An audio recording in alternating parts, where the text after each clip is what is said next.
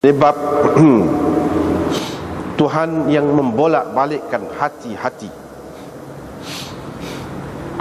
Dan firman Allah, kami membolak-balikkan hati-hati mereka dan penglihatan mereka. Dengan sanadnya Imam Bukhari meriwayatkan daripada Abdullah, beliau berkata, paling banyak Rasulullah SAW bersumpah ialah dengan menyebutkan begini, la wa muqallibil qulub, tidak, demi Tuhan yang membolak-balikkan hati-hati. Bab, sesungguhnya Allah mempunyai 100 nama kecuali satu. Ibnu Abbas berkata, Dzul Jalal, maksudnya Al-Azamah, Jalal, yang mempunyai keagungan. Al-Bar, Al-Latif. Al-Bar maknanya Al-Latif, yang maha halus. Dengan sanadnya Imam Bukhari meriwayatkan daripada Abi Hurairah bahawa Rasulullah SAW bersabda, sesungguhnya Allah mempunyai 99 nama, 100 tolak satu atau kecuali satu. Sesiapa yang mengingatinya dengan baik akan masuk syurga dia. Ahsainahu, maksudnya ialah hafiznahu, mengingatinya.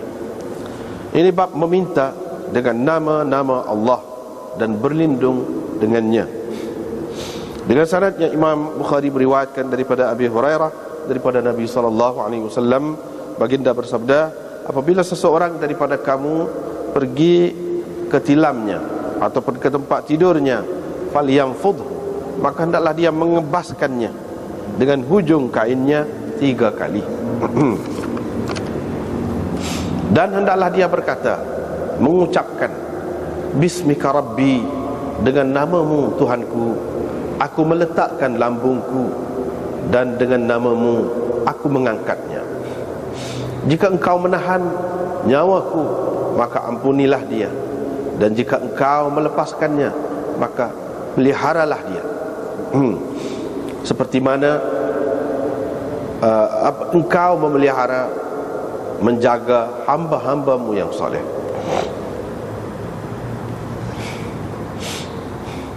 Ataupun dengan pemeliharaan ataupun penjagaan engkau terhadap orang-orang hamba-hambamu yang soleh.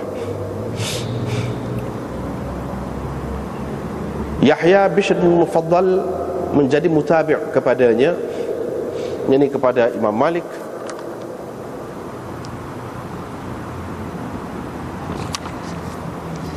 daripada Ubaidillah, daripada Sa'id, daripada Abi Hurairah, daripada Nabi SAW. Zuhair Abu Dhamrah Ismail bin Zakaria menambahkan dalam riwayat mereka daripada Ubaidillah, daripada Sa'id, daripada ayahnya, daripada Abi Hurairah, daripada Nabi SAW.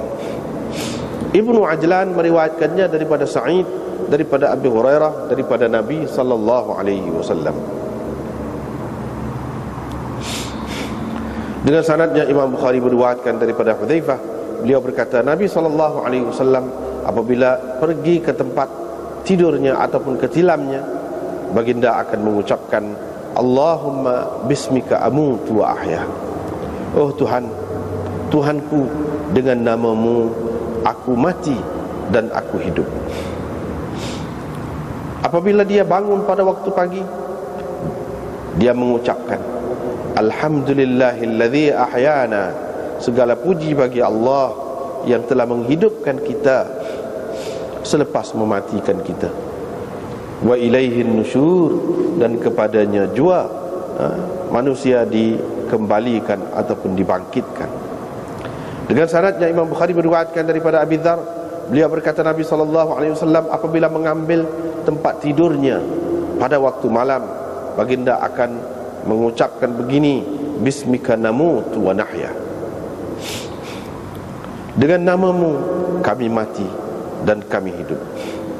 Apabila baginda sedar daripada tidur, baginda akan mengucapkan, Alhamdulillahilladzi ahyana ba'dama amatana wa ilaihin nusyur.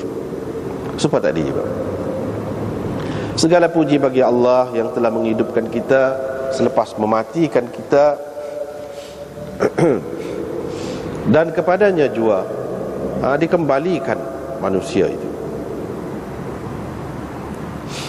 ataupun dibangkitkan manusia. Dengan sanadnya Imam Bukhari meriwayatkan daripada Ibnu Abbas, beliau berkata Rasulullah sallallahu alaihi wasallam bersabda, kalau seseorang daripada kamu apabila mahu mendatangi istrinya, lalu dia mengucapkan bismillah, Allahumma jannibna syaitan wa jannibis syaitana ma razaqtana, dengan nama Allah, ya Allah, jauhilah syaitan daripada kami, dan jauhilah syaitan daripada apa yang engkau kurniakan kepada kami, yakni anak kami. Fa innahu, kerana sesungguhnya jika ditakdirkan dia memperolehi anak hasil perhubungan dengan istrinya, lam yadurrahu syaitanun abadan, syaitan sama sekali tidak dapat memudaratkannya, tidak akan dapat memudaratkannya. Dengan sanadnya Imam Bukhari meriwayatkan daripada Adi bin Hatim, beliau berkata, aku pernah bertanya Nabi SAW, kataku, aku melepaskan, yakni bolehkah aku melepaskan anjing-anjingku yang telah diajarkan? Nabi SAW bersabda, apabila engkau mahu melepaskan anjing-anjingmu yang telah diajar, yakni untuk menangkap binatang buruan, wa dzakarta smallah, dan engkau ada menyebut nama Allah, fa amsakna, lalu binatang anjing-anjing engkau itu menangkap, yakni binatang buruan, fakul, makanlah, yakni boleh engkau makan. Dan apabila engkau membalingkan binatang buruan bil mi'rad, dengan anak panah yang tajam, fa khazaqa, lalu anak panah itu mengoyakkan ataupun melukakan binatang buruan itu, fakul, maka makanlah, jadi engkau boleh makan.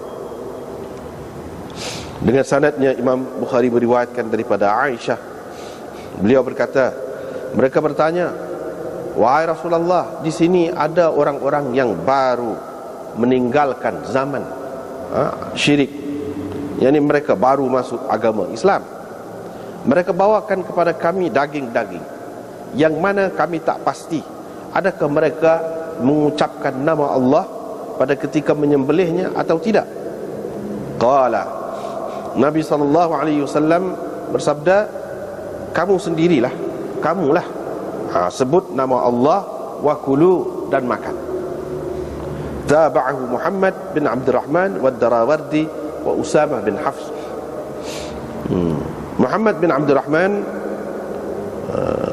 Darawardi dan Usamah bin Hafs telah menjadi mutabi' kepadanya, ini kepada Abu Khalid Al-Ahmar. Dengan sanadnya Imam Bukhari meriwayatkan daripada Anas, beliau berkata, Nabi SAW telah mengorbankan 2 ekor kibas. Baginda menyebut nama Allah dan bertakbir. Dengan sanadnya Imam Bukhari meriwayatkan daripada Jundub bin Abdullah, bahawa beliau telah menyaksikan Nabi SAW pada hari Nahar, yakni pada hari raya haji, bersembahyang. Selepas itu baginda berkhutbah, faqala, lalu baginda bersabda, sesiapa yang telah menyembelih sebelum dia bersembahyang, maka hendaklah dia menyembelih makana ukhra, sebagai gantinya yang lain, binatang yang lain.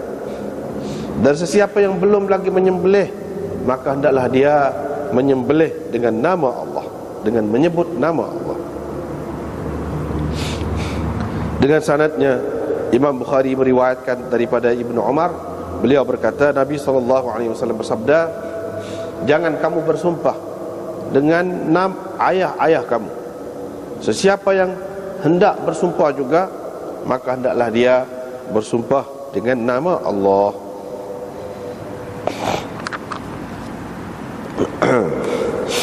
Ini kita masih lagi di dalam kitab Tauhid, dalam bab Tauhid, dan nak menolak pendapat Jahmiyah dan lain-lain golongan ajaran sesat.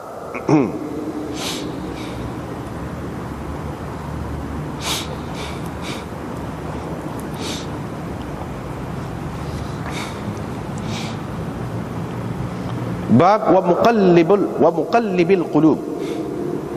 Bab muqallibil qulub ataupun babun muqallibul qulub, boleh tak ada masalah. Jadi terjemahnya kita sudah terjemah dah ni.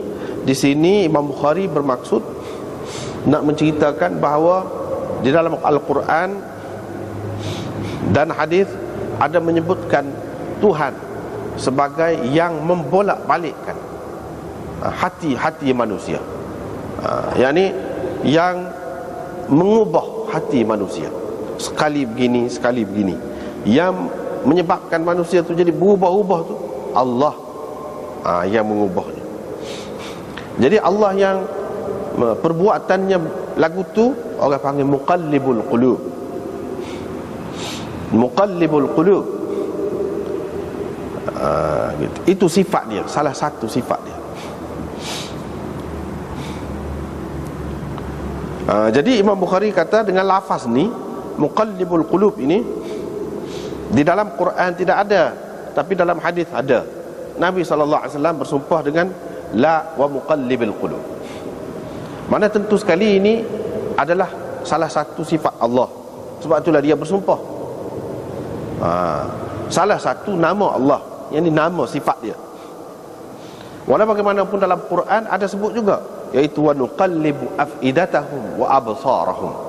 Tidak dengan lafaz isim fa'il tu, tetapi dalam bentuk mudhari', fi'il mudhari', yang mana orang yang melakukan begitu makna dia bersifatlah, dia bersifat dengan sifat tu, mengubah. Maknanya pada dasarnya, pada asasnya dalam Quran pun ada juga sifat ni sebagai sifat Allah. Dan sifat ini dia boleh kembali kepada sifat yang lain, kepada sifat yang lain. Ada kaitan juga dengan sifat yang lain, iaitu sifat kuasa, sifat kuasa Allah SWT. Ataupun kalau kita nak kira sebagai satu sifat yang tersendiri, suku, boleh juga. Kalau kita nak kaitkan dengan sifat lain yang lebih besar, lebih banyak disebutkan, maka boleh kita masukkan muqallibul qulub ini di bawah apa ni, sifat al-qadir, sifat al-qadir. Seperti dalam bab sebelum pada ni, babun qauluhu qul huwal qadir. Katakanlah dialah yang maha berkuasa. Jadi maha berkuasa dia tu, kuasa dia tu luaslah. Bukan kuasa hak besar-besar ni saja, hak kecil-kecil, hak orang tak nampak, hak sangat seni, iaitu berkenaan dengan hati itu, dia juga yang berkuasa. Adapun manusia tidak boleh. Dia boleh mungkin paksa kot luar je. Nak ubah hati itu tak boleh. Berapa ramai kan kita tengok, di luar ni bolehlah kita menguasai ini, tapi hati dia terima ke tidak? Tak terima. Allah SWT boleh buat menguasai luar dan hak dalam. Ini adalah salah satu sifat Allah SWT juga. Jadi Imam Bukhari nak cerita sifat Allah SWT ni banyak.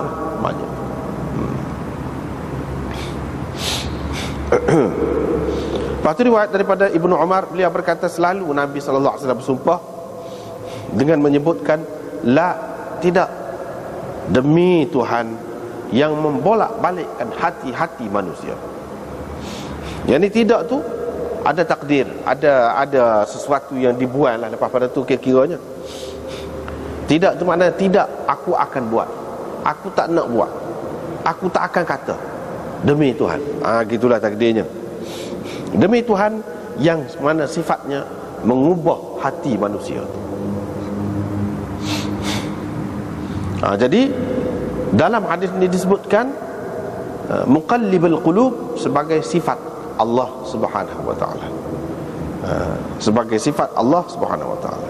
Itulah tujuannya Imam Bukhari waktu hari ini, dia nak ceritanya Allah ada sifat, tidak seperti mana kepercayaan ramai golongan yang sesat seperti Murji'ah, Mu'tazilah dan lain-lain lagi, Jahmiyah, yang mengatakan bahawa Tuhan itu tidak ada sifatnya, yang ada zatnya saja. Jadi dia awak mari ni semua ni nak menolak itulah, nak menolak tu. Nak menolak tu serupa dengan sebelum pada ni juga. Ini bab Allah mempunyai 100 nama kecuali satu. Mana tolak satu, maksudnya 99 nama dah. Ibnu Abbas berkata, tak apalah itu kita sudah terjemah, Allah mempunyai 100 nama kecuali satu. Ini dari segi penggunaan bahasa Arab. 1000 kecuali ni, maknanya kecuali itu tak kira lah. Jadi maksudnya di sini 100 kecuali satu ni, tolak satu, mana 99 nama. Jadi yang dimaksudkan dengan nama ini ialah nama-nama sifatnya, nama-nama sifatnya.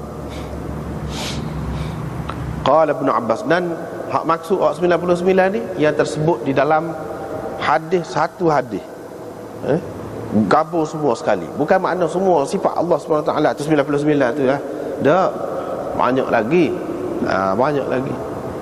Sifat-sifat Allah SWT itu lebih lagi daripada 100. Bahkan segala sifat sempurna, sifat kesempurnaan adalah sifat Allah Subhanahu Wa Taala.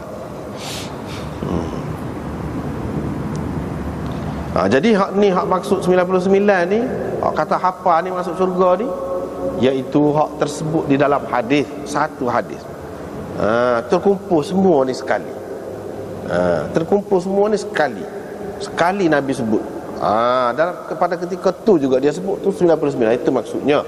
Bukan hak kata hadis hak sebut 99 nama, mana dia nak menghadkan nama Allah tu banyak tu saja. Tidak lagu tu. Silap lah kalau faham lagu tu. Ini serupa dengan hak kata sahabat 10 yang dijanjikan syurga tu lah, dalam hadis. Jadi kalau orang anggap ni hadis ni maknanya 10 lah dijanji syurga, jadi hak lain dak lah, silap. Kalau lagu tu silap. Jadi maksud hak kata 10 orang sahabat dijanjikan syurga tu disebut secara khusus dalam satu hadis. Nabi sebut ni nama ni, gitu. Bukan maknanya hak dalam hadis lain tak boleh pakai. Tak. Hak hadis lain ada lagi Bilal, Salman, Abdullah bin Salam, seperti kita sudah sebut dah dulu, Muawiyah, dan ramai lagi sahabat-sahabat yang lain disebutkan sebagai ahli syurga, tapi dalam hadis yang suku-suku. Hak sebut sekali ramai gitu hak tu. Sebab tu masyhur sahabat 10 yang dijanjikan syurga tu. Bukan maknanya hak lain-lain tidak masuk syurga, tidak ada janji dah. Supaya juga sini. Bukan makna 99 ni saja. Hak 99 ni disebut di dalam satu hadis, sebut sekali. Lepas tu ada lagi di dalam Quran berapa banyak lagi sifat-sifat Tuhan. Misalnya Dzit Taul, tu tak masuk dalam hak 99 tu. Dan banyak lagi hak lain-lain. Itu hak suku pula. Suku pula. Bukan bermakna hak tu tidak sifat Tuhan, sifat Tuhan juga. Gitu. Kita kena faham gitu. Hak ni adalah khususiyah dia, adalah khasiat dia sendiri. Yang Nabi SAW sebut 99 ni adalah keistimewaan dia sendiri. Bukan menafikan sifat Tuhan hak lain dah. Iaitu kalau hafal hak ni, ingat hak ni, faham makna hak ni, hayati makna sifat-sifat Tuhan ni, dan cuba menghidupkan dalam kehidupan kita, menggunakannya, mengamalkan sifat-sifat itu dalam kehidupan kita, maka kita akan berjaya dari segitu. Ibnu Abbas berkata Dzul Jalal wal Ikram, itu sifat Tuhan juga. Al Jalal itu apa makna? Al Azamah. Al Azamah, ya Dzal Jalali wal Ikram, misalnya kita kata.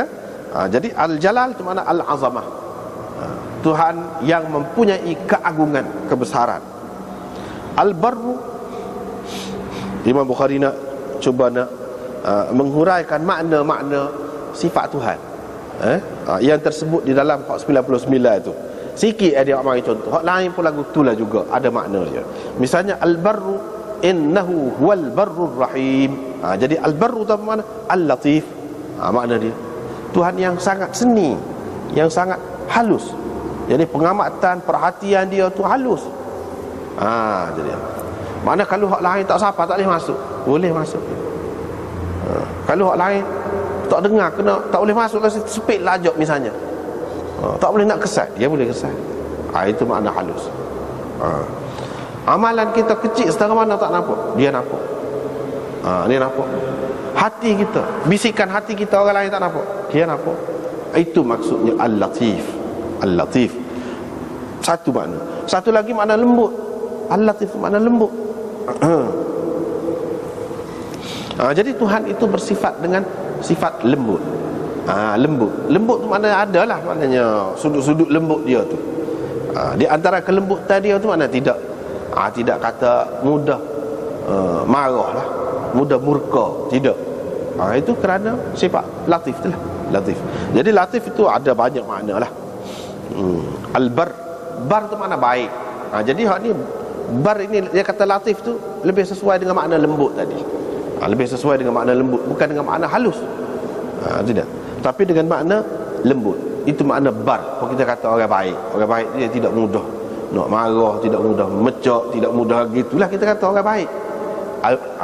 Al-bar. Abdul Bar nama orang misalnya. Abdul Bar nama orang, hamba Tuhan yang baik. Jadi baik tu maksudnya latif. Latif tu lembut lah, orang lembut ni kan dia baik. Gitu. Jadi Imam Bukhari cuba memberi makna sifat-sifat Tuhan itu. Dengan sanad yang Imam Bukhari meriwayatkan daripada Abi Hurairah, dia kata Rasulullah sallallahu alaihi wasallam bersabda, sesungguhnya Allah mempunyai 99 nama, 100 kecuali satu, 100 tolak satu, yakni 99 nama. Sesiapa yang mengingatinya dengan baik, dakhalal jannah. Ahsainahu. Jadi perkataan ahsa tu ada guna di dalam hadis ini. Dalam Quran pun ada juga, ada guna juga. Wa kullu syai'in ahsainahu. Biasanya dalam Quran. Apa makna ahsainahu? Makna hafiznahu. Yani kami jaga, kami simpan, kami ingat,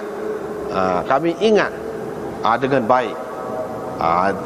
Itu makna ahsainahu. Jadi dia nak ayatnya, sesiapa yang ingat dengan baik, dakhalal jannah, masuk syurga dia. Jadi di sini ini hadis yang ringkas, sebenarnya panjang lagi hadis ni. Hak sebut nama semua tu lah, hak 99. Sebut nama. Hak ni hak ringkas, dia sebut 99 saja. 100 kecuali satu. Berapa dia mari 100 kecuali satu ni?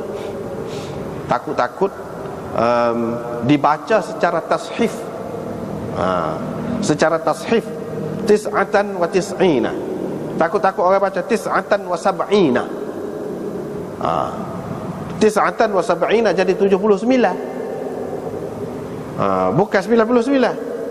Jadi sebut 100 kecuali satu, maksudnya di sini bukan sab'in, tentu tis'in. Gitu.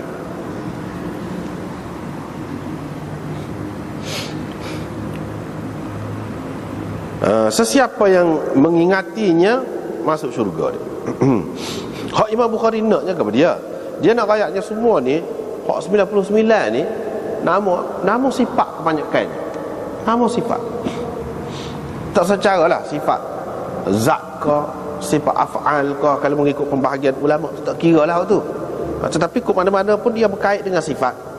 Jadi bila dia sebut hak ni sebagai nama dia, nama sifat ini pun nama dia, menunjukkan Allah tu mempunyai sifat.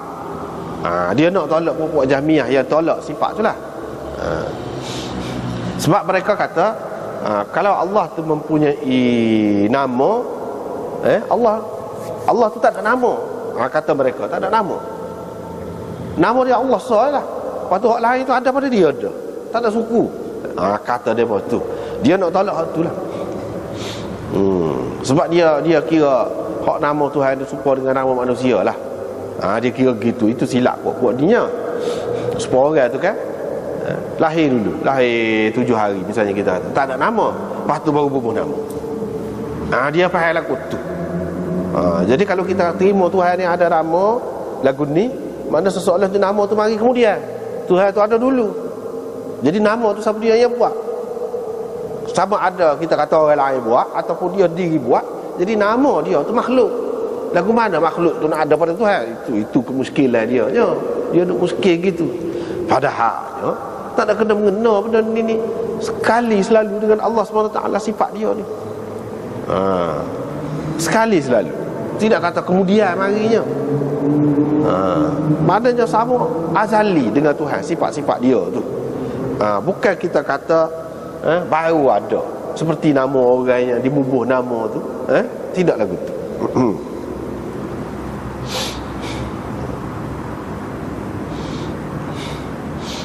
Jadi sesiapa yang menghafalnya ataupun mengingatinya dengan baik, dia akan masuk syurga. Jadi ulama-ulama mengatakan apa makna dia ingat ni dengan baik dia masuk syurga ni. Itu ada beberapa makna di dalam Hasyiah nombor 10. Dia kata ahsaha hafizaha wa arafaha lianna al-arif biha la yakunu illa mu'minan. Sesiapa yang ingat dan kena nama ni, dia akan masuk syurga. Sebab apa? Orang yang kena nama ni tentu dia akan beriman. Kira-kira aja. Orang yang faham betul makna Tuhan yang bersifat lagu ni, dia tak boleh beriman. Dia mesti kena beriman. Bila dia beriman, tentulah masuk syurga. Gitu kata dia. Bukan semata-mata hafal nama tu. Jadi kalau orang kafir tidak percaya kepada nama Tuhan, tak percaya kepada Tuhan ni, dia hafal masuk syurga juga. Tak, tidak lagu tu. Jadi hafal, ingat dengan arti percayalah. Percaya dengan arti mukmin. Dan orang mukmin tentulah masuk syurga. Itu yang pertama. Yang kedua, maknanya orang yang ingat nama-nama Allah SWT ni dengan mempercayainya. Percaya Tuhan tu bersifat dengan sifat-sifat ni. Jadi kalau tak ada sebut orang lain, tak ada sebut dalam hadis ni, kita tak tahulah, katakan seseorang tu tak tahulah sifat Tuhan orang lain. Dia tahu ni saja. Cukup dah.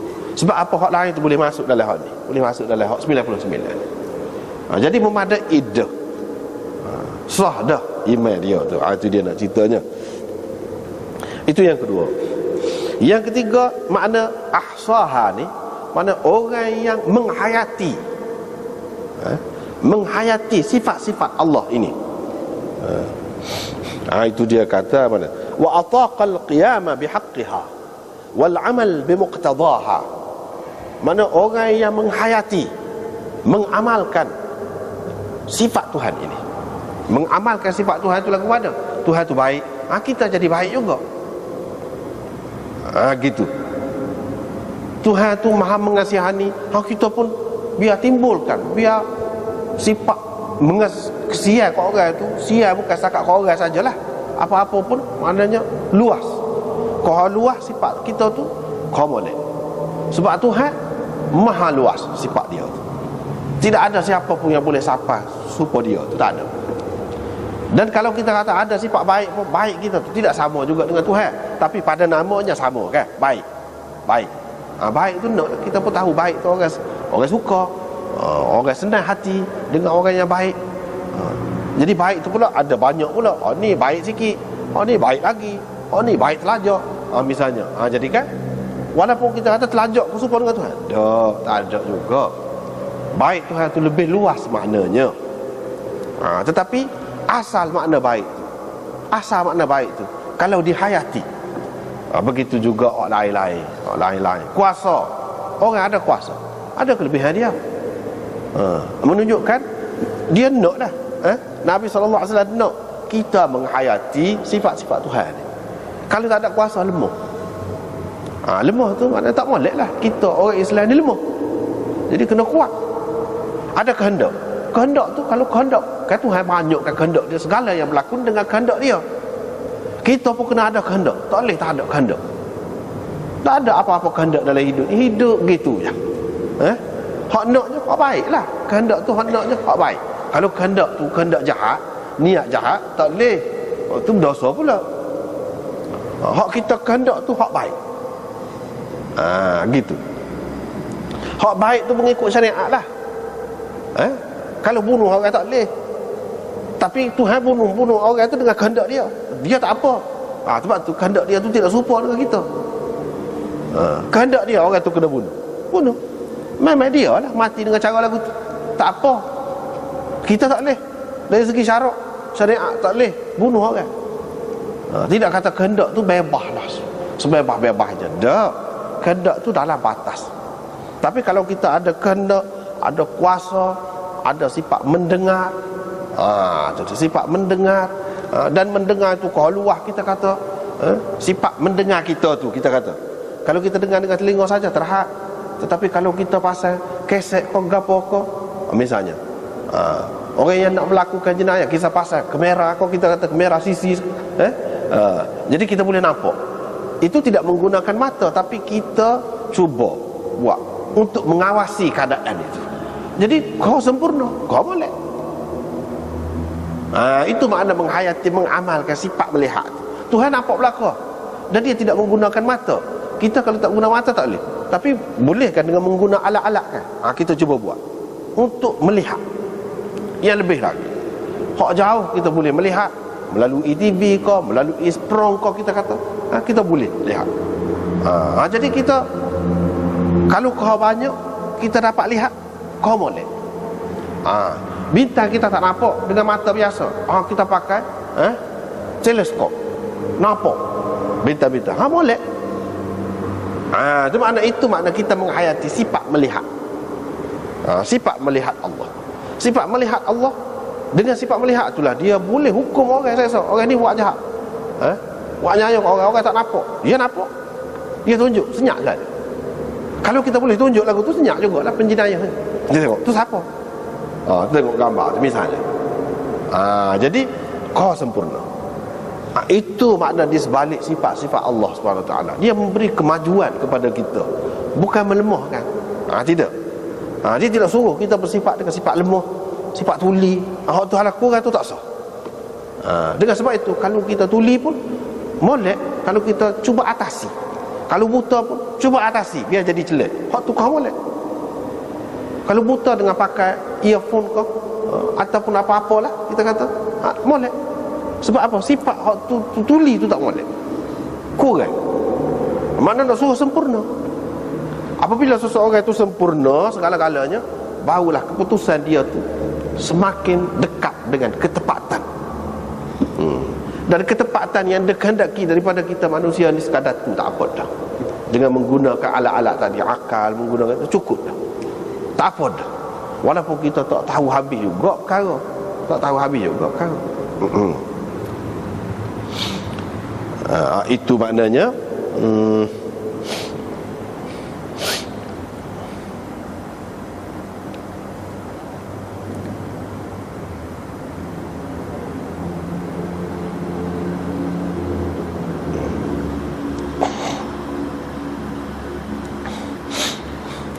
jadi ni dalam hasyiah ni disebut lagi, dia kata tidakkah ada hadis yang lain yang menyebutkan kalau orang tu mengucap la ilaha illallah masuk syurga, tak payah apa-apa hak ni masuk syurga juga. Dah boleh dah dengar tu, apa awak ke dia hak ni. Nah, apa maksud ni?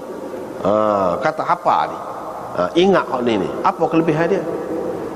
Dia nak ayatnya hak tu sepatah tu dia tidak memberi makna menghayati. Hak ni dia nak suruh menghayati. Kalau orang tahu sifat Tuhan, hak ni semua ni dia faham betul, maknanya tak ada dah yang dikehendaki daripada dia lebih daripada itu. Sekadar tu pun cukup dah untuk membolehkan dia masuk ke dalam syurga. Cukup dah.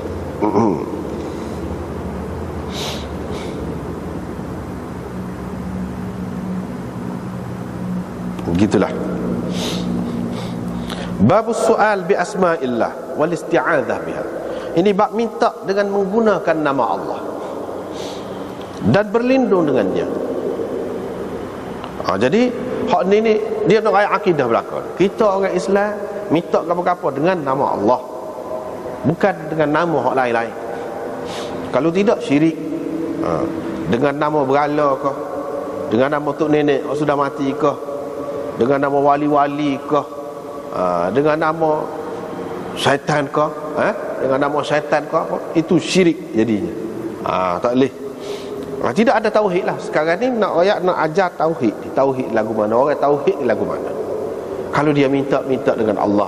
Kalau dia minta perlindungan dengan Allah. Bukan minta perlindungan dengan jin, syaitan, dengan apa semua tu, tidak. Itu dia nak ayat. Lepas tu bila minta dengan menggunakan nama mana? Nama mana-mana pun boleh. Nama mana-mana pun boleh. Tetapi hak biasa dia ajarnya a'udzubillahi minasyaitanir rajim. Itu. Kalau minta dengan nama bismillahirrahmanirrahim, itu hak biasanya.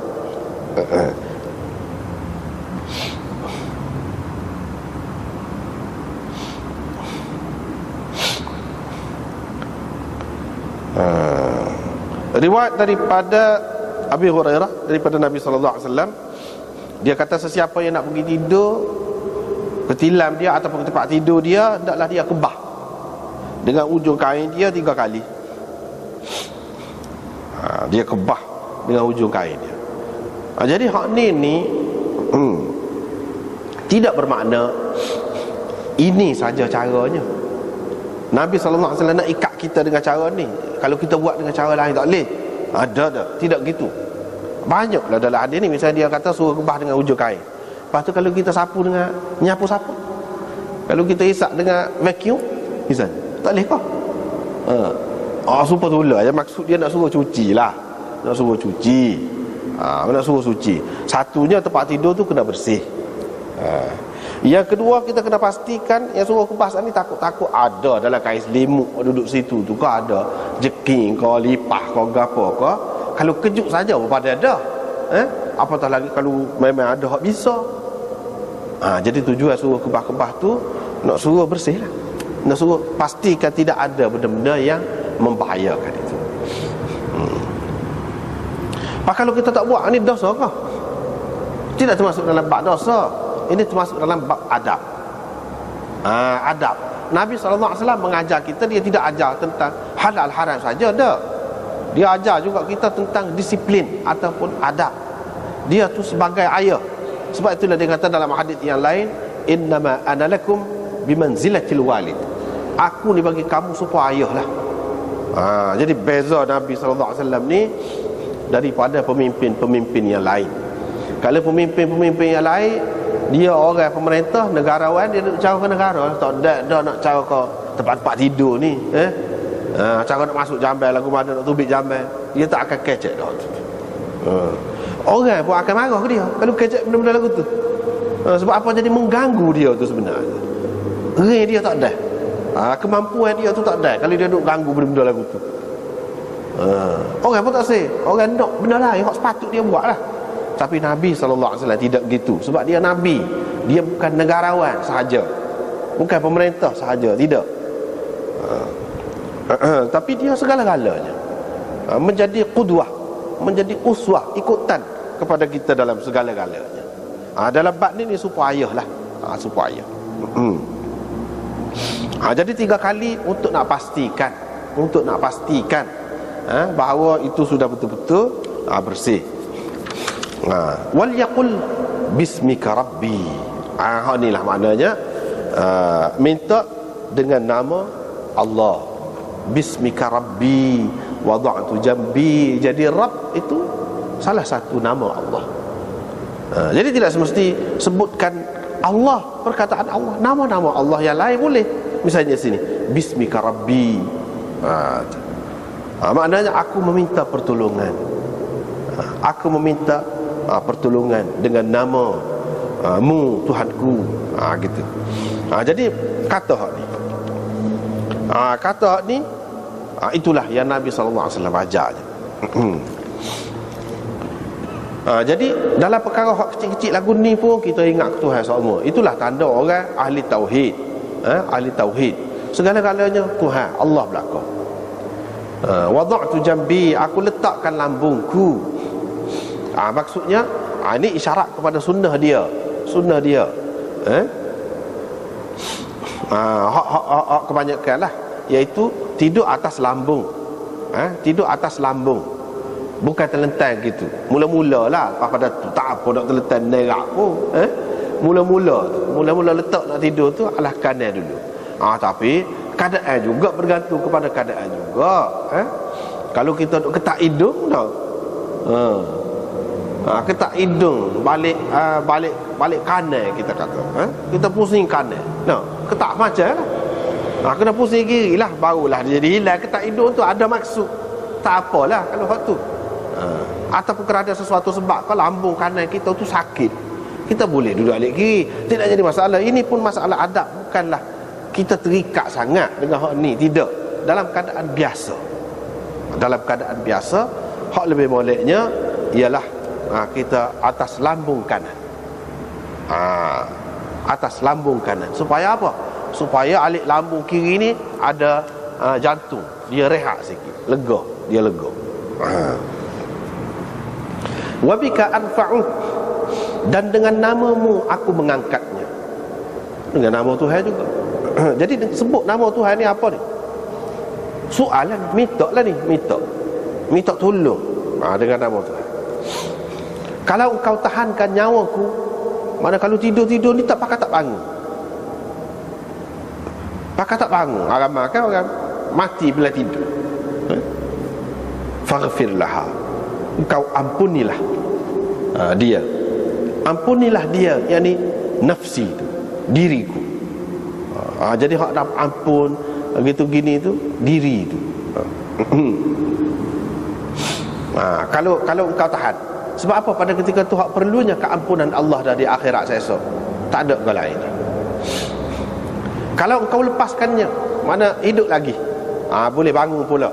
Fahfazha, engkau peliharalah, jagalah diriku dengan penjagaan engkau terhadap orang-orang hamba-hambamu yang soleh. Seperti engkau jaga hamba-hambamu hak soleh tu lagu mana, hak baik-baik tu, kita minta dengan dia biar dia jaga kita lagu tu lah. Sebab dalam hidup ni minta yang dikehendakinya penjagaan, penjagaan Tuhan. Kalau kita tidak terjaga, boleh jadi kita jadi tersasul dalam hidup ni. Jadi hak dia naknya bismika rabbi, Rabb itu. Tu minta dengan nama Tuhan, iaitu Rabb, bukan Allah di sini. Boleh lagu tu. Tu hadiah naknya. Dia tak ada minta dengan nama hak lain-lain, sebut nama lain tak ada. Lepas tu taba'ahu Yahya wa Bishr bin al-Mufaddal. Hak ni Imam Bukhari wak mari mutaba'ah ni dengan tujuan nak ayat beza tu riwayat tu. Ada riwayat yang menyebutkan Sa'id terus ambil daripada Abu Hurairah, Sa'id al-Maqburi. Ada riwayat yang menyebutkan Sa'id ambil daripada ayah dia yang bernama Kaisan itu, ayah dia tu ambil daripada Abu Hurairah. Jadi ada dua riwayat. Itu sebab Imam Bukhari buat mari. Jadi Yahya bin Sa'id al-Qattan, Bishr bin Mufaddal ambil hadis ni daripada Ubaidillah, daripada Sa'id al-Maqburi, daripada Abi Hurairah. Tu lalu daripada Nabi sallallahu alaihi wasallam. Tapi Zuhair, Abu Dhamrah, Ismail bin Zakaria, hak ni dia ada tambah hak perawi celah. Dia ambil daripada Ubaidullah juga, daripada Sa'id juga. Tapi Sa'id tu ambil daripada ayah dia, daripada Abi Hurairah, daripada Nabi sallallahu alaihi wasallam. Itu dia ayat beza sanad. Lepas tu dia kata Ibnu Ajlan, Muhammad Ibnu Ajlan meriwayatkannya daripada Sa'id juga, daripada Abi Hurairah lalu. Tidak ada daripada ayahnya tu, tak ada. Ini tidak dengan perantaraan ayahnya. Jadi apa makna ni? Nak ayatnya ada hak Sa'id tu riwayat terus daripada Abi Hurairah pun ada hak dia ambil daripada ayah dia pun ada. Setengah-setengah anak murid dia tu ambil ketika dia riwayat melalui ayah dia. Setengah-setengah anak murid dia tu pula ambil hadis ni hak ketika dia riwayat terus dia tu sampai kepada Abu Hurairah, tidak melalui ayah dia. Itu tujuan Imam Bukhari sebut ni. Jadi hak dia sebut tadi kan, riwayat Malik, asas dia, riwayat asas bagi apa ni hadis ini, iaitu Malik daripada Sa'id bin Abi Sa'id Al-Maqburi daripada Abi Hurairah. Tu Sa'id tu ambil daripada Abi Hurairah, tidak dengan perantaraan ayahnya. Jadi kalau kurang perawi itu dia kau molek. Sebab kau sikit perawi itu kau molek. Sebab apa? Kemungkinan tersilap, kemungkinan tersasul itu kau kurang. Gitulah.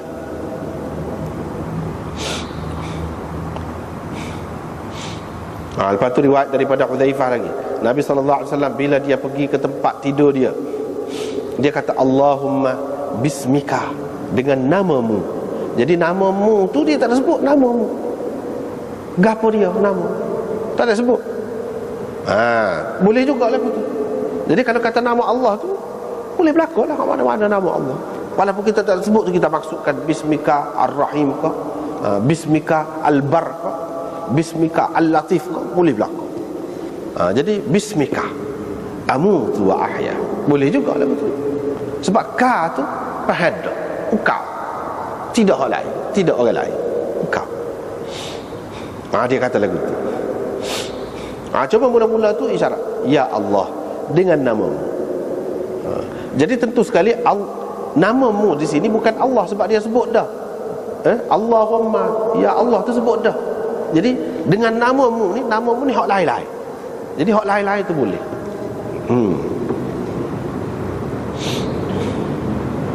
Amutu ahya. Bila pagi, bangun pagi tu dia kata alhamdulillahilladzi ahyana ba'dama amatana wa ilaihin nusyur. Nabi SAW nak ajar kepada kita, hadis ini dia balik kepada satu prinsip, kepada satu usul dalam akidah Islam ni, iaitu apa dia? Bangkit. Tu bangkit esok. Ini adalah salah satu akidah. Jadi hadis ini untuk mengingatkan kita, menarik perhatian kita kepada akidah tu. Sebab hadis-hadis ni walaupun banyak, sebenarnya kita boleh kembalikan kepada beberapa usul sahaja, beberapa prinsip asas sahaja.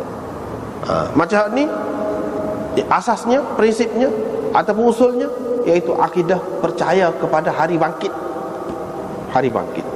Dalam nak mengukuhkan akidah itu macam-macam cara. Macam-macam cara digunakan. Misalnya dekat nak tidur, sebab itu ada keserupaan kan. Bila orang mati duduk dalam kubur tu, guling duduk dalam kubur selama mana? Lepas tu bangun bangkit. Hak tu kena percaya, akidah tu. Kita tidur tu pun Tuhan nak mengingatkan kita tu kepada hak kita akan jumpa. Hak lebih lama tidurnya. Jadi tidur serupa tu lah, serupa dengan mati. Lepas tu bangun. Bangun tu serupa dengan bangkit. Serupa dengan bangkit. Jadi kena ingat tu sama. Kita orang Islam ni kena ingat tu. Tak boleh tidur bangun begitu saja tanpa ingat kepada akidah. Akidah kita. Bahkan kita kena ingat akidah tu. Itu sebenarnya maksud dia. Jadi untuk mengukuhkan sesuatu akidah tu, macam-macam cara dia main. Misalnya di sini pada ketika tidur, oleh kerana dekat sangat, banyak sangat persamaannya dengan kebangkitan pada hari mahsyar itu. Alhamdulillahilladzi ahyana ba'dama amatana wa ilaihin nusyur. Segala puji bagi Allah yang telah menghidupkan kita selepas mematikan kita, dan kepadanya jua kita dibangkitkan. Itu dia. Jadi hak ni yang menghidupkan kita. Dulu tak ada, tak tahu mana. Tak ada orang kita ada dah, roh kita ada dah. Sebelum pada mari dalam dunia ni roh ada dah. Sarai dia aja yang dikehendaki untuk digunakan sini, hak tu yang tak ada lagi. Ada dah. Di sisi Tuhan tahu dah. Malaikat tahu dah. Ada. Pada ketika tu seseolah kita tak ada lah, mati. Lepas tu kita hidup mari sini. Mari dalam dunia. Lepas hidup mati pula. Gitu. Keadaan tu mana lenyap. Mati tu maksudnya lenyap. Tak ada dah kira bicara di tempat tu. Tak ada kira bicara, tak ada urusan, tak ada gap. Walaupun ada sebelum pada ni, ada lagu ada. Ada kira dosa ke, pahala ke, tak ada.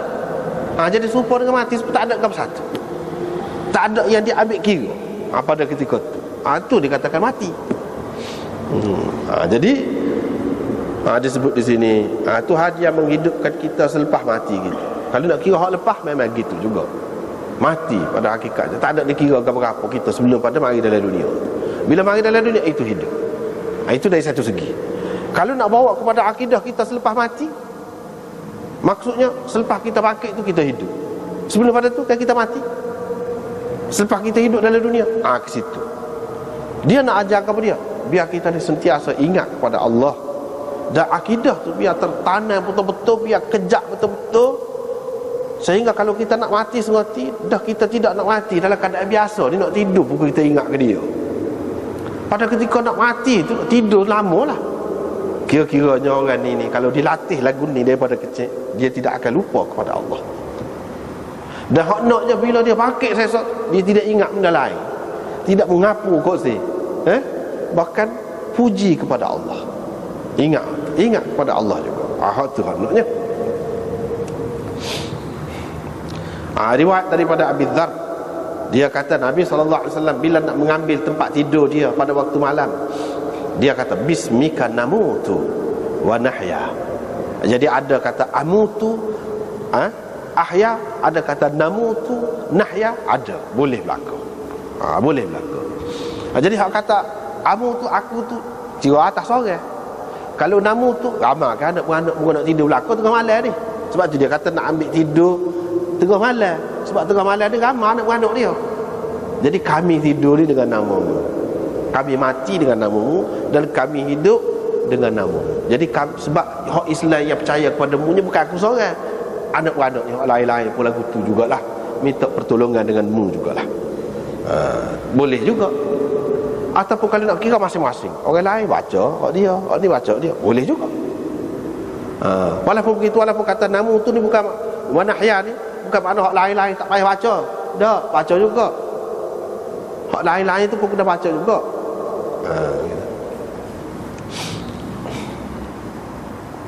Fa idza stayqadha, bila dia sedar, dia kata alhamdulillahilladzi ahyana ba'dama amatana wa ilaihin nusyur.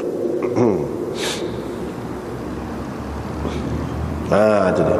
Jadi dengan namamu aku mati dan aku hidup. Jadi namamu apa dia sebut? Tak ada sebut sini. Kalau nak kira hak sesuai di sini, bismika, bismika al-mumit wal muhyi. Itu dia. Kalau nak kira hak sesuai, dengan namamu Tuhan yang mematikan dan Tuhan yang menghidupkan. Aku mati dan aku hidup, ataupun kami mati dan kami hidup. Sesuai hak tu kalau nak kira. Tapi kalau nama Tuhan hak lain pun boleh juga. Bukan makna terikat dengan hak tu, tak. Tidak terikat. Hak mana-mana pun boleh. Tapi kalau kita nak kira hak sesuai, hak itulah. Kalau kita nak minta rezeki, kita akan kata ya Razzaq. Ya Razzaq, Tuhan yang memberi rezeki. Takkanlah kita nak minta rezeki, kita minta ya Mumit, wahai Tuhan yang mematikan. Tak sesuai. Walaupun boleh tetapi tidak sesuai. Jadi kesesuaian itu perlu diambil kira juga, walaupun kita tidak terikat dengan mana-mana. Sebab Nabi SAW hanya sebut dengan namamu, begitu saja. Jadi kalau kita tulis kod Rumi kan, namamu tu M tu besar, jadi huruf besar maklum selalu dah. Jadi nama-nama Tuhan mana-mana kita minta dengan nama Tuhan.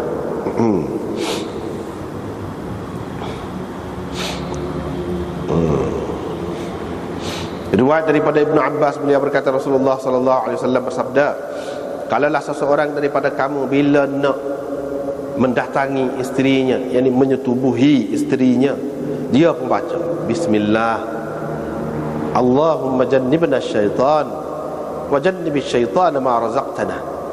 Dia baca lagu itu. Mana ini doa pada ketika nak bersetubuh dengan isteri. Lepas pada tu kita kata boleh jadi hak muskil lah. Suruh jauh syaitan daripada kita, suruh jauh, minta jauh syaitan daripada hak Tuhan beri rezeki kepada kita. Jadi hak Tuhan beri rezeki kepada kita tu kalau hak mana? Apa makna rezeki? Ma razaqtana itu kalau nak kira lafaz dia, hak telah engkau kurniakan sebagai rezeki. Kalau kita kata hubungan suami isteri itu anak lah, itulah rezekinya, hasilnya. Jadi hak ada tu tak apalah, minta Tuhan jauhkan syaitan daripada anak kita hak ada. Kalau hak tak ada, apa makna hadis ni? Tak boleh pakai. Hak memang mandu, hak ikat dah, ataupun hak potong dah, hak buang dah, apa nama ni, rahim, tak payah baca lah. Hak ada maksudnya nak menjauhkan syaitan daripada hak engkau kurniakan. Tak ada masalah kurnia, dah luas. Sebab itu dia kata ma razaqtana, apa-apa yang engkau berikan sebagai rezeki. Tuhan tak beri rezeki kepada dia dalam bentuk anak, tapi rezeki lain tak kata ada. Dia tidak kata ya Allah jauhkan syaitan daripada kami dan jauhkan syaitan daripada anak kami. Jauh ma tu umum. Apa-apa yang kau kurniakan kepada kami sebagai rezeki, apa-apa. Jadi situ tu dia ajar doa. Bukan maksud untuk ada anak saja. Hak tak ada anak pun lagu tu juga, dia akan dapat juga. Jadi dapat keberkatan, dijauhi daripada syaitan ni. Pada ketika tu pun Tuhan beri juga. Tidak kata doa duduk dalam masjid ngadak ke belak, duduk tipu, doa tu baru Tuhan beri. Doa pada ketika nak memuaskan nafsu tu pun Tuhan terima juga doa kita. Tidak kata pada ketika berjuruh benar, duduk tu dalam masjid ke apa, dah, tidak lagu tu. Tuhan akan beri. Dan Nabi SAW ajar lagu ni, yalah lagu kena baca belakang. Kerana kalau ditakdirkan hak ni mengikut kebiasaan je lah, mengikut kebiasaan hubungan suami isteri itu nak dapat anak lah, gitulah. Tetapi hak nak dapat anak ni sekadar apa nama ni, hak masih mari kota lagi. Kalau hak tak mari kota, apakah dia tidak ada persetubuhan dah, tidak ada hubungan suami isteri? Masih ada lagi. Tak ada doa ni. Doa ni juga, tak ada doa lain. Dia tak ajar doa lain. Hak doa ni.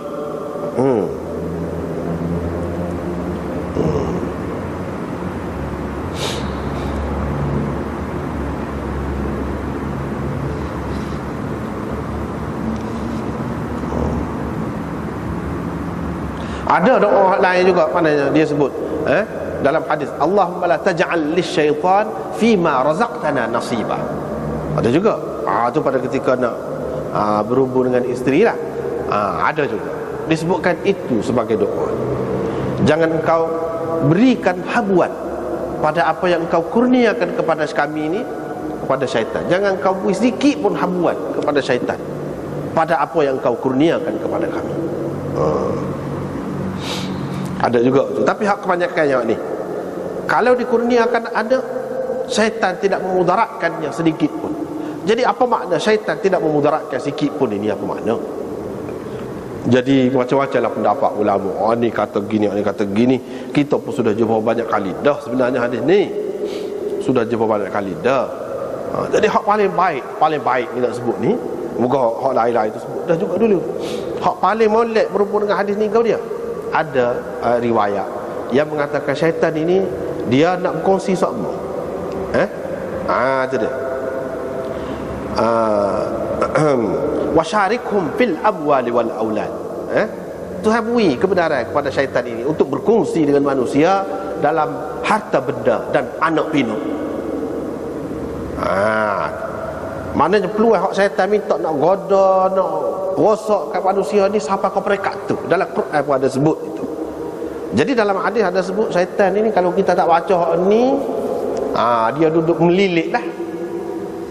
Semua ular duduk melekat pada kemaluan masing-masing tu. Jadi dia berkongsi bersama. Jadi anak tu tidak terpelihara lah daripada syaitan. Itu maksudnya. Jadi apabila baca hak ni, dia tak boleh. Dia tak boleh berkongsi. Hak kata wasyarikum fil amwali wal aulad, dia tak boleh kongsi.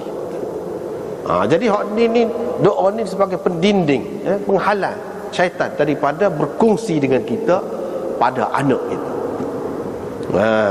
Barulah jadi anak tu dengan mudah dengar kata berjuruh, kita kata kalau ada pun sikit sebanyak, dia mudah nak paling lah orang kata.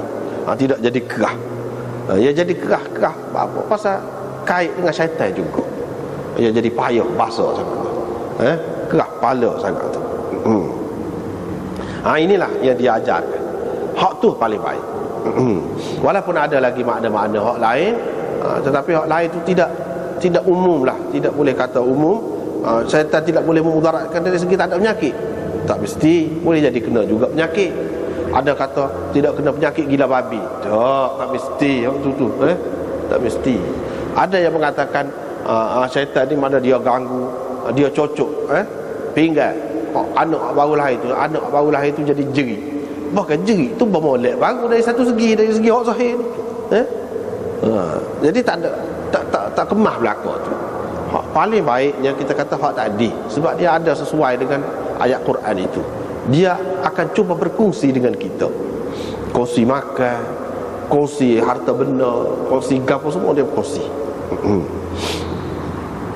Jadi di sini pada ketika ni pun suruh ingat Tuhan juga. Suruh ingat Tuhan juga. Bismillah saja. Bukan bismillahirrahmanirrahim. Bismillah. Allahumma jannibna syaitan. Kan macam bismillahirrahmanirrahim tak boleh ke? Boleh juga. Tapi dia ajar lagu ni lah. Lagu ni lah. Jadi semua perkara lah ahli tauhid ni dia akan ingat kepada Tuhan. Kalau ketika makan ingat Tuhan, ketika masuk jambat ingat Tuhan, ketika nak tidur ingat Tuhan. Jadi ini tanda orang yang gila, kalau kita katalah gila dan cinta sungguh kepada Allah Subhanahu Wa Taala. Sebab orang yang gila kepada seseorang, cinta kepada seseorang, dia akan selalu menyebutnya. Itu tanda dia kasih kepada seseorang. Sikit-sikit kecek sebut. Orang tua misalnya kita kata, anak harapan dia sikit-sikit gak kecek sebut lah anak dia lah dia tu, sikit-sikit lah. Misalnya kita kata lagu tu tanda dia kasih harap sangat. Begitu.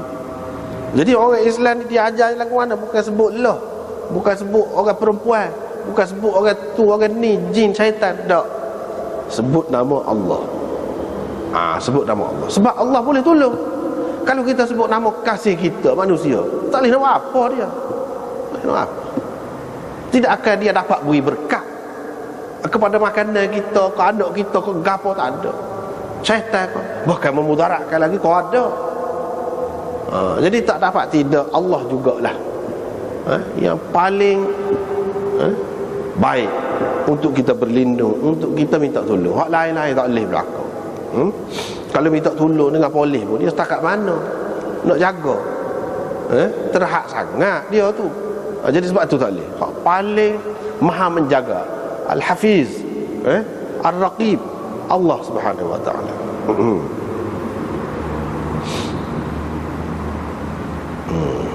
Lepas pada tu riwayat Adi bin Hatim ini pun kita sudah banyak kali berjumpa juga.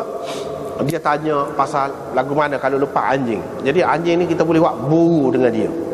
Boleh guna anjing ni. Lepas tu cumanya dia kata kalau kau anjing tu anjing hak dilatih dah lah. Anjing hak dilatih dah. Baca bismillah. Bismillah, Allahu Akbar. Lepas. Itu maksud. Hak tu.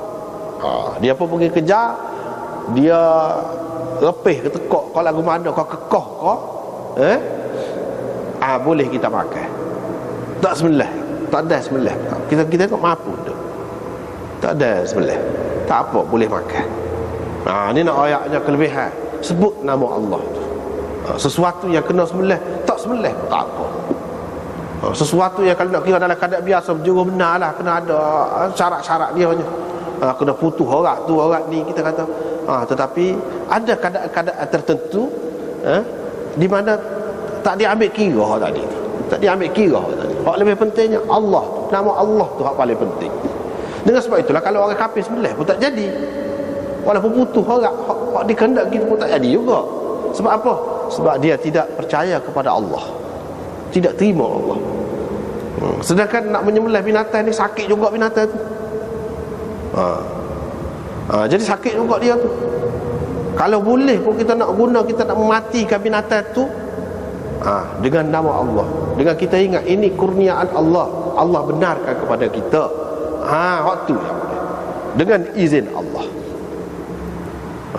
Hak tu je baru boleh. Kalau tidak tak boleh. Sebab tu kita tak boleh bahaya tak tu kalau binatang. Walaupun binatang tu boleh disembelih, tapi kita nak menyayang binatang tak boleh. Kalau boleh pun dengan cara sembelih, itu pun dia ajar dah cara.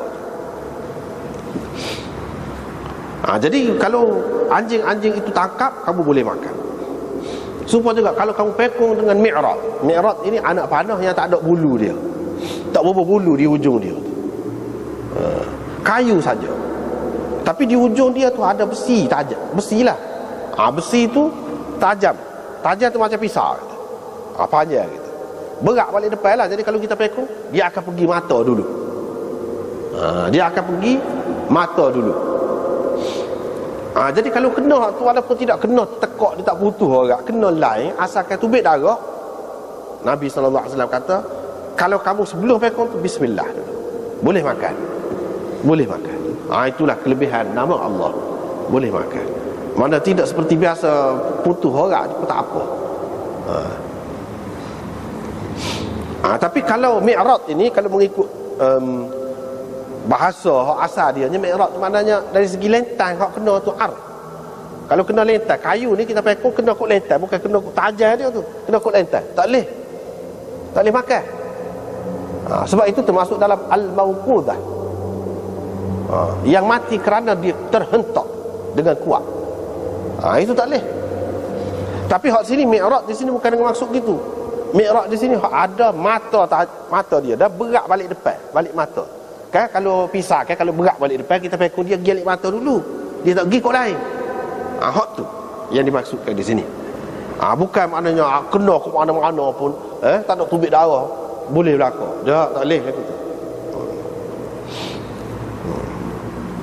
Boleh makan lah.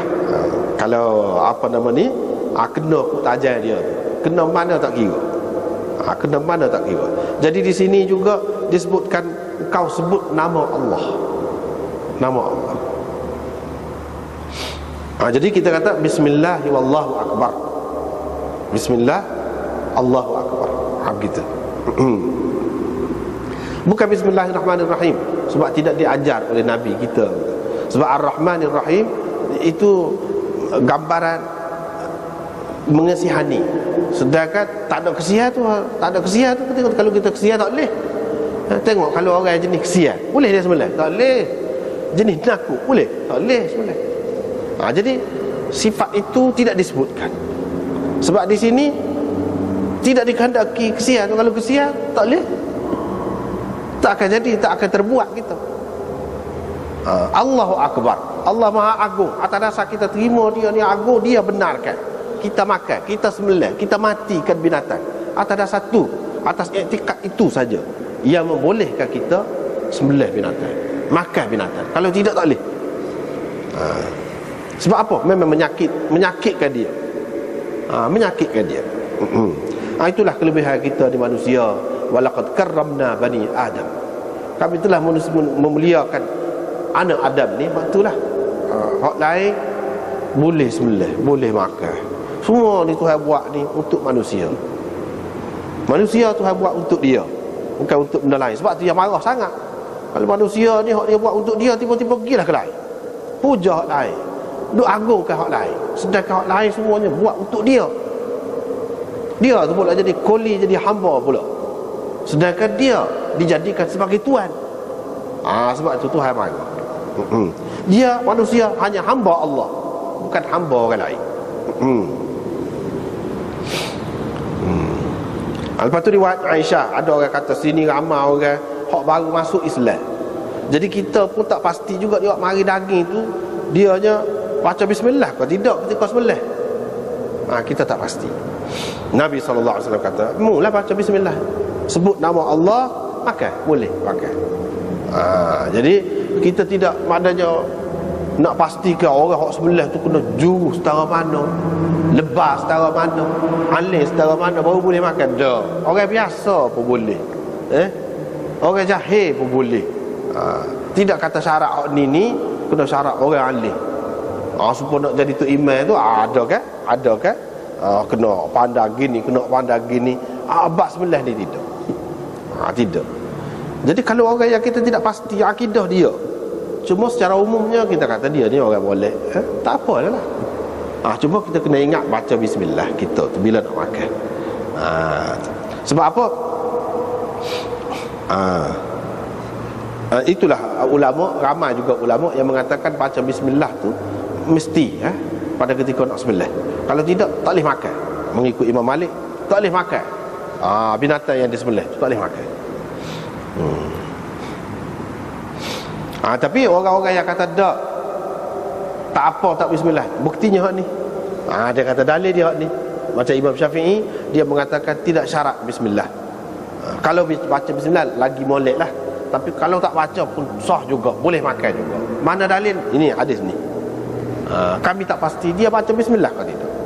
Kalau tak boleh, mesti Nabi kata tak boleh, tak baca bismillah, kena pergi pasti dulu. Mesti dia kata gitu. Ni dak. Ini menunjukkan boleh. Asalkan dia Islam saja. Asalkan dia Islam saja. Dan kita tak boleh susah-susah dalam perkara ni sehingga sampai kita tak makan. Kerana orang tu tidak berapa alim lah, tidak berapa waruk lah, kita pun tak boleh makan. Ataupun kerana apa-apalah, kita ni bukan makna yakin benar akidah dia tu tak betul, agak-agak saja, maka kita tak boleh makan dah. Hak sebelah dia apa tak boleh lagi tu, tak boleh. Dalam hadis ni dia sebut orang hak baru masuk Islam, tentu sekali banyak perkara lagi dari segi banyak perkara hak dia tidak faham lagi. Hak tu pun boleh makan. Hak tu pun boleh makan. Cumanya dia ajar kepada kita baca bismillah lah. Kamulah baca bismillah. Jadi ini berkat nama Allah ni, bismillah ni membolehkan kita makan. Kalau nak kiranya tak berapa molek tu kalau nak kiranya. Bahkan ada pendapat yang mengatakan seperti kita kata tadi lah, Imam Malik kata tak boleh makan. Tapi dengan sebut nama Allah ni jadi boleh. Jadi boleh. Ini juga nama Allah disebutkan. Lepas tu riwayat daripada Jundub bin Abdullah, dia menyaksikan Nabi SAW pada hari Nahar, semaya dulu, lepas tu khutbah. Mana hari raya ni bukan khutbah dulu, khutbah kemudian. Semaya dulu, lepas tu khutbah kemudian. Hak kita duduk buat-buat tu betul lah. Kita boleh tahu hak kita duduk buat ni betul ke tidak, tengok hadis, tahu. Nabi semaya dulu, lepas tu khutbah. Lepas tu dia kata siapa-siapa hak sembelih dah sebelum semaya, mari semaya sana sembelih dah, tak kira tu sebagai kurban, tak jadi. Boleh makan daging sajalah, tidak kata tak boleh makan, boleh, tapi jadi sembelih biasa. Dia kena sembelih hak lain sebagai ganti untuk dijadikan sebagai kurban, baru dikira sebagai kurban. Itulah semua sepakat dia mengatakan kurban tak boleh sebelum mayat, kena selepas. Jadi hak kita duk amal betul ke tidak lagu tu? Betul. Dalam hadis ada. Ada sesiapa yang tidak sembelih, tak sembelih lagi. Sebelum sembahyang saat ni tak sembelih lagi. Lepas ni baru dia nak sembelih.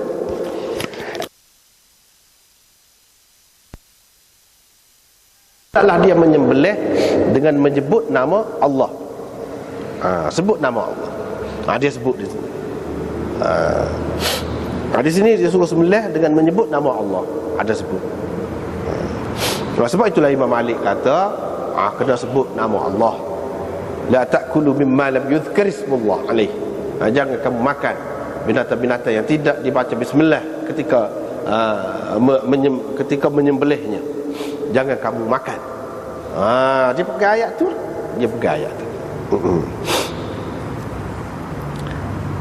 Lepas tu riwayat daripada Ibnu Umar, katanya Nabi SAW bersabda, jangan kamu bersumpah dengan ayah kamu, demi ayahku, demi datuk dan sebagainya.